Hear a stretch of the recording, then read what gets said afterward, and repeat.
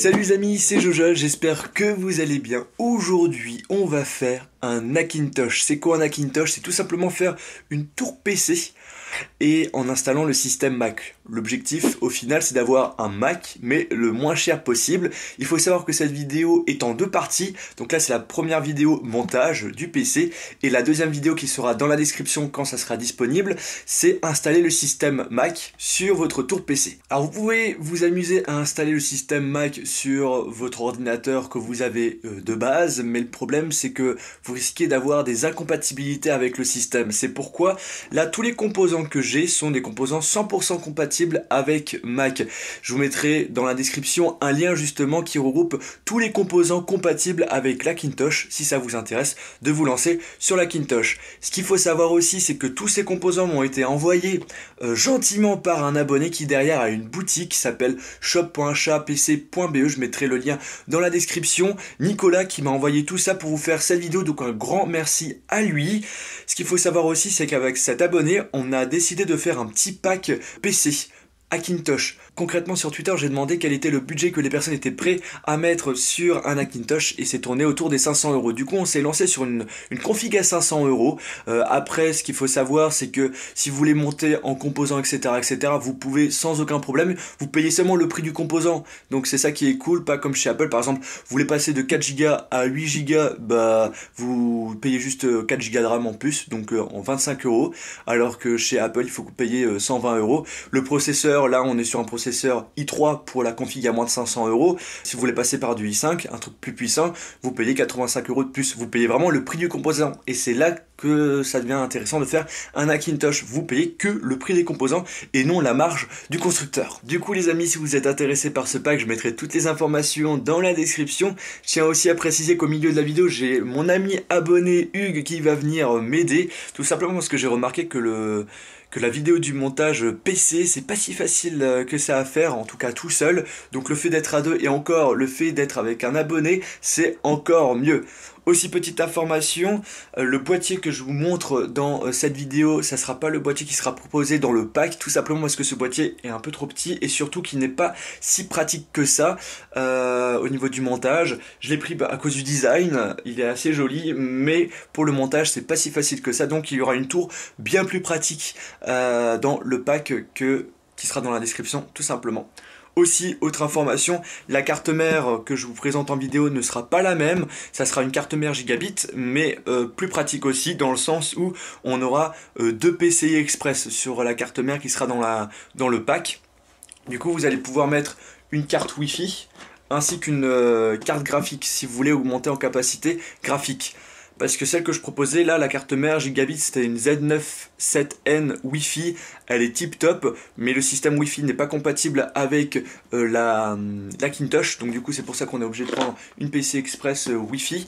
Mais le problème c'est qu'on a seulement un emplacement PC Express, donc si vous voulez mettre une carte graphique et utiliser en même temps la Wi-Fi sur votre Hackintosh, bah ce n'est pas possible. Aussi petite information, durant la vidéo je vais monter un ventirad, mais le ventirad je vais l'enlever en cours de route et je vais utiliser le ventilateur du processeur. Pourquoi? Tout simplement parce que la tour elle est tellement petite qu'on ne peut pas mettre l'alimentation si on met la ventirad, ce qui est fort gênant. Sur ce, les amis, maintenant je vous souhaite un très bon visionnage de cette vidéo et j'espère vraiment que ça va vous plaire. Et bien les amis, on va commencer par la première étape qui est de faire tout ce qui se passe sur la carte mère. Donc là on a une carte mère gigabit Z97N Wi-Fi. C'est une petite carte mère mais qui est vraiment très performante et très intéressante pour les personnes qui veulent faire des Hackintosh. C'est fortement conseillé d'avoir cette carte mère. Enfin, si on veut faire une petite tour bien évidemment. Après on a un i3 pour le processeur, puis ensuite on va prendre les 4 Go de RAM, c'est des Kingston, et puis le ventirad, donc de chez Cooler Master. Donc vous prenez tous ces composants là, et let's go pour préparer la carte mère. Oh la jolie carte mère. Donc là qu'est-ce qu'on a de beau? La carte mère bien évidemment. On a des câbles, ça on en aura sans doute besoin. Après on a une notice avec un DVD, un CD. Ça on n'a pas trop l'utilité pour l'instant. Et enfin, ça c'est super important puisque c'est pour bien finir justement le design de la carte mère avec la tour. On va prendre le processeur. Bon les amis, on a le processeur. Maintenant on a besoin de pâte thermique. Et la pâte thermique, on l'a directement dans la boîte du Ventirad. Donc vous l'ouvrez et justement on a la pâte thermique qui est à l'intérieur. Les amis, pour bien positionner le processeur au niveau de la carte mère, vous avez 2 petits trous qui vont vous aider. Après, on ferme. Parfait. Avant de mettre la pâte thermique, si vous le souhaitez, on nettoie un petit peu. Le mieux avec un petit chiffon et de l'alcool. Moi, j'ai qu'un chiffon. On prend la pâte thermique et on va faire tout simplement une croix. Ensuite, on prend notre barrette de mémoire. Donc là, c'est 4 Go de chez Kingston. Après, vous pouvez mettre sur la carte mère de RAM. Donc, c'est vraiment à vous de choisir si vous voulez après augmenter en mémoire, etc., etc. Mais en tout cas, le minimum pour cette tour, c'est 4 Go. On appuie bien et on clipse. Voilà, le tour est joué. Ah ben les gens, on vient juste de capter quelque chose. C'est agaçant. C'est très agaçant parce qu'en fait, on a besoin de mettre l'alimentation dans le boîtier. Et le problème, c'est que le Ventirad, il est trop grand. Donc du coup, si on le laisse, eh bien...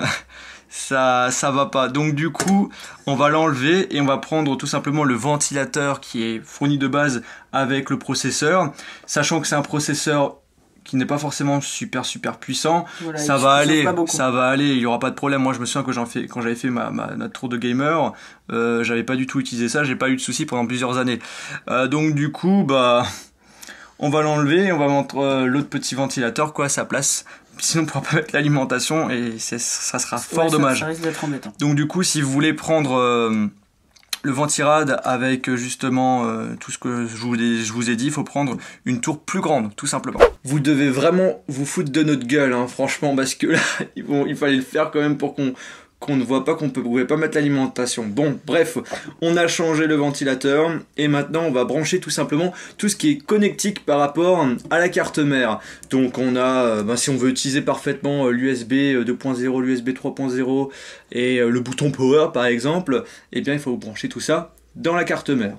Donc là je vais utiliser ma caméra et je vais être aidé par Hugues, parce que c'est plus pratique comme ça de filmer. Voilà. Ouais, c'est plus simple. Alors premièrement, on va brancher quoi, Hugues? Donc alors en premier, on va brancher ce qu'on appelle le front panel. Donc en fait, c'est tous les connecteurs qui sont situés à l'avant. Enfin, c'est surtout là, il n'y a pas tous les connecteurs parce qu'il y a aussi du USB, mais c'est les connecteurs qui sont situés à l'avant de la carte mère. À l'avant de la carte mère. N'importe quoi. À l'avant du boîtier. Donc là, on a la LED du disque dur. Alors attends, je vais faire un petit zoom.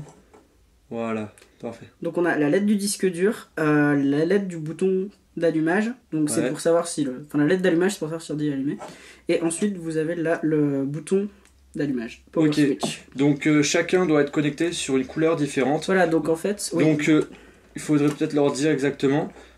Voilà, c'est que... Le HDD LED, ça se connecte sur le...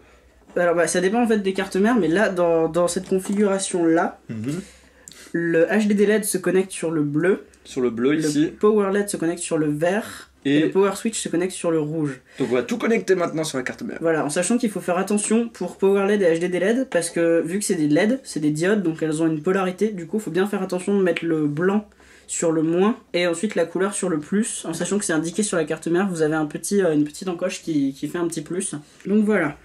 Maintenant qu'on a monté le front panel, voilà, on va brancher le ventilateur. Ici vous avez une prise avec 3 broches. En sachant que sur la carte mère, vous avez ici, hop là, vous avez une prise avec 4 broches. Donc il va falloir faire attention, il y a un petit bout de plastique qui vous empêche de vous tromper, donc il faut bien faire attention. C'est vrai que là on voit pas très bien avec la caméra.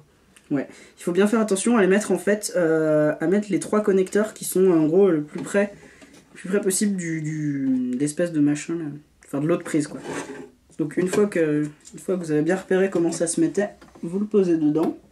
Comme ça, et là, le tour est joué. C'est tout bon. Après avoir bien mis la carte mère, après avoir connecté tout ça, on va enfin mettre le disque dur. Alors là, on est sur une tour un peu spéciale.